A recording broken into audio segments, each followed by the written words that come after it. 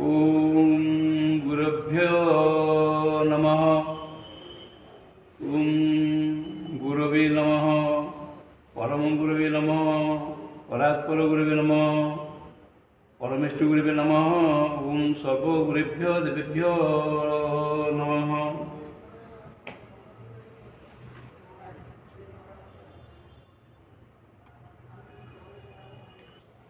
In the scripture, it is told, मूलपिंडे kundalini जावत निद्रयति प्रभु तावत न सिद्ध्यति किंचित मंत्र जंत्र अर्चनादिकम.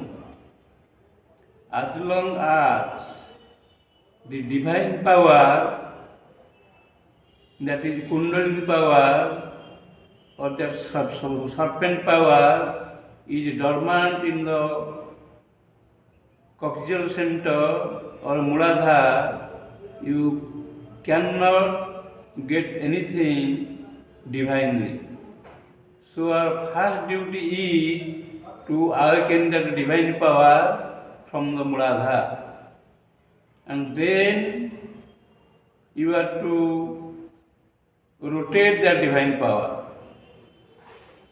For this awakening of a divine power, in the beginning, you have to bow 7 times. First, you have to get the light and vibration in the Muladhara, then take the breath, and then with the perception of light and vibration to the top center, then you leave it to the Muladhara. In this way, if you practice 7 times, then that divine power in Muladhara will be awakened. And with the awakening of this divine power, your whole body will be transformed from physical consciousness to super consciousness, cosmic consciousness stage. By that, your whole body will be vibrated. That means in your whole body system, you will experience divine light, sound and vibration or pendulum movement sensation. By this, your whole body will be awakened. This awakening is called awakening of a Kundalini power. Kundalini power is not a serpent power, it is the dormant stage of the physical body. If you practice this technique, that is the first technique, and bow 7 times, then you can transform your body into this divine consciousness. Because our all desires, evil propensities, all are stored up in Muladhara. As long as you do not bring all these to the top center, that is soul center, then you can never be transformed into this divine consciousness.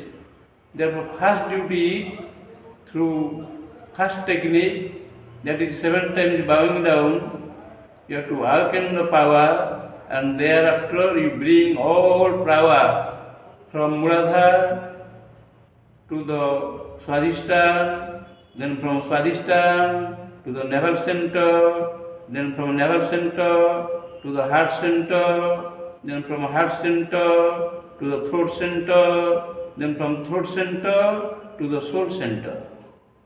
If you bring these evil propensities from Muladhara to the top center, and by the next technique you can be able to transform them into divine consciousness. Then your all evil propensities will be transformed into divine consciousness or divine propensities. This is called divineness, and by this your mind, intellect, ego, sense organs, all will be transformed into divinity. You can bring it from physical consciousness to spiritual consciousness, and this is the first step. You can do it by this awakening of this divine power. Then how to awaken this divine power? Then the next technique is Mahamudra. By this second technique, you have to, with proper pranayam, you have to bend your whole body to the left side, and then you sit and give pressure, and then to the right side, then sit and give pressure and exhale. By this repeated bending down from left to right, right to left, your Sushumna will be open, because inside the Sushumna canal there are two nadis, cords, Ida and Pingala, lunar cord, solar cord. By the practice of this technique, both the techniques will be, both the cords will be separated from each other, and within these two nadis or cords, one passage will be opened. That is called Sushumna cord, wisdom cord. There is no cord existing in spinal cord or inside the backbone. But the practice of this passage is open, and that opening passage is called Sushumna cord. When this Sushumna cord will be open, then you will transfer into divinity. And by this divine consciousness, your whole body will be transformed. Your body, mind, intellect, ego, sense organs, all will be divine oriented. And by this, you will move from the stage of physical consciousness to the spiritual consciousness. And then, whatever work will you do, you will perceive the doer of Ya instead of doer of ego. In Bhagavad Gita it is told, Prakriti kriyamanani gunai karmani sarvasa ahankara vimanahatma kartaham iti manyate.